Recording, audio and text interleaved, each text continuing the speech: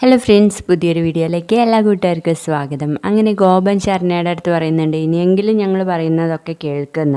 അന്നേരം ശരണ്യയുടെ അമ്മ പറയും, നമ്മൾ എന്ത് പറയാനാ മോനെ, അവസാനം ഇവള് ചെയ്യേണ്ടത് കൂടി ഇവള് ചെയ്യാതിരുന്നല്ലോ എന്നങ്ങ് പറയുന്നേരം ശരണ്യ ചോദിക്കും, ഞാൻ സത്യം പറഞ്ഞതാണല്ലേ പ്രശ്നം, ഒരു നിരപരാധിയെ കൂടി കുറ്റക്കാരനാക്കിയാൽ നിങ്ങൾക്കൊക്കെ സന്തോഷമാവുമായിരുന്നല്ലേ അല്ലേ അച്ഛാ?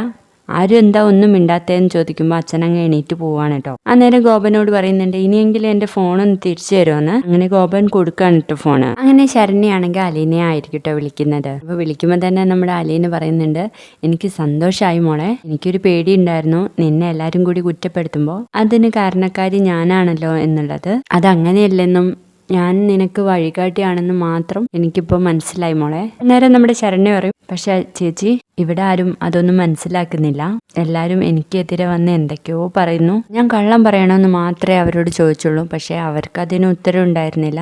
അതിനു മുന്നേ എന്നോട് ചോദിക്കാൻ ഒരുപാട് ചോദ്യങ്ങൾ ഉണ്ടായിരുന്നു. ഞാൻ പ്രതികളെ കോടതിക്ക് മുൻപിൽ ചൂണ്ടിക്കാണിച്ചതും അവർക്ക് ശിക്ഷ കിട്ടുമോ എന്നറിയേണ്ടതൊന്നും ഇവിടെ ആർക്കും അറിയണ്ട. ഒരു നിരപരാധിയെ പ്രതിയാക്കാതിരുന്നത് എന്റെ മേലുള്ള കുറ്റം എന്ന് പറയുന്നു. അന്നേരം അലീനയ്ക്ക് ഭയങ്കര സങ്കടമാവാണ് കേട്ടോ. പിന്നീട് കാണിക്കുന്നത് നമ്മുടെ മുത്തശ്ശിയുടെ അടുത്ത് മനു വന്ന് സംസാരിക്കുന്നതാണ് കേട്ടോ.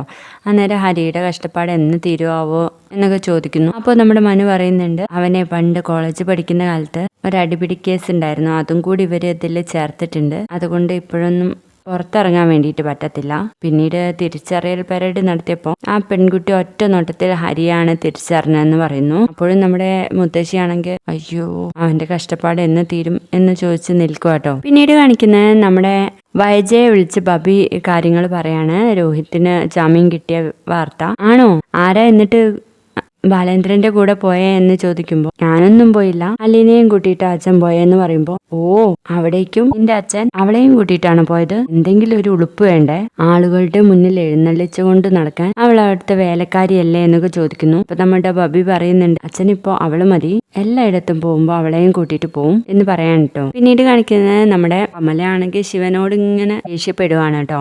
കാരണം രോഹിയെ വിട്ടയച്ചല്ലോ, ഹരി അവിടെ തന്നെയാണല്ലോ, കൂടെ മനു ഇരിപ്പുണ്ട്, നിങ്ങൾക്കെങ്കിലും അവന് സഹായിക്കാൻ വേണ്ടി പറ്റിയില്ലല്ലോ എന്നൊക്കെ പറയുമ്പോൾ ശിവൻ പറയും, ഞങ്ങൾ എത്ര ഓടിയെന്ന് നിനക്കറിയോന്ന്, ഓടി ക്ഷീണിച്ചെങ്കിലേ കുറച്ച് വെള്ളം നിന്റെ അച്ഛനും കൂടെ കൊടുക്കടാ, ഒരേ കുറ്റം ചെയ്തവരാണല്ലോ രണ്ടുപേരും, എന്നിട്ട് ഹരി അകത്തും രോഹി പുറത്തും, ഇത് എവിടുത്തെ ന്യായാന്നൊക്കെ ചോദിക്കുമ്പോൾ നമ്മുടെ മനു പറയുന്നുണ്ട്.